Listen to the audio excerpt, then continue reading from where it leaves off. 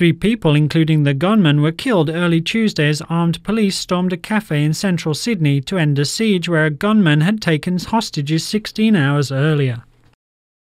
The gunman was later identified as 50-year-old Manharon Moniz, an Iranian refugee and self-proclaimed cleric who moved to Australia in 1996.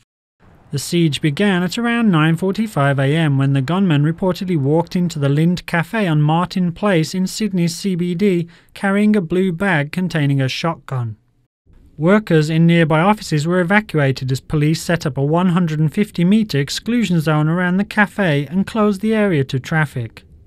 At 10:15 a.m. hostages were seen holding a black flag with Arabic script, later identified as the Shahada, against the window of the cafe.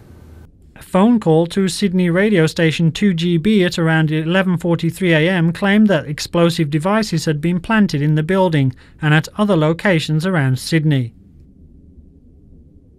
The gunman also demanded to speak to Prime Minister Tony Abbott and demanded an Islamic State flag in return for releasing one hostage. At 3:37 p.m, 3 male hostages ran out of the cafe. 2 female hostages escaped the cafe just before 5 p.m. Reports later emerged that the gunman was rotating hostages while forcing them to stand against the cafe windows for up to 2 hours at a time.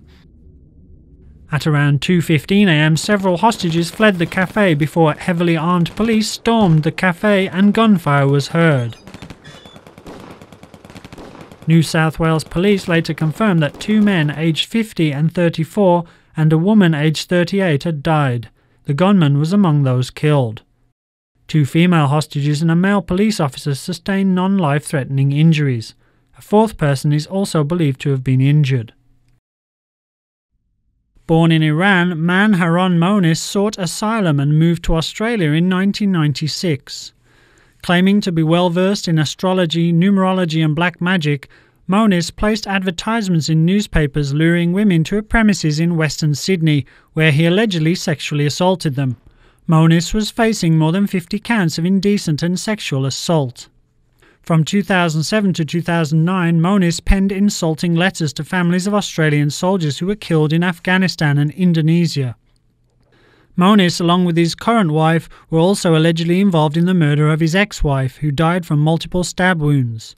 Her body was set alight and found in a stairwell in April. Moniz also had a website in which he said the charges against him were politically motivated and compared himself to WikiLeaks founder Julian Assange.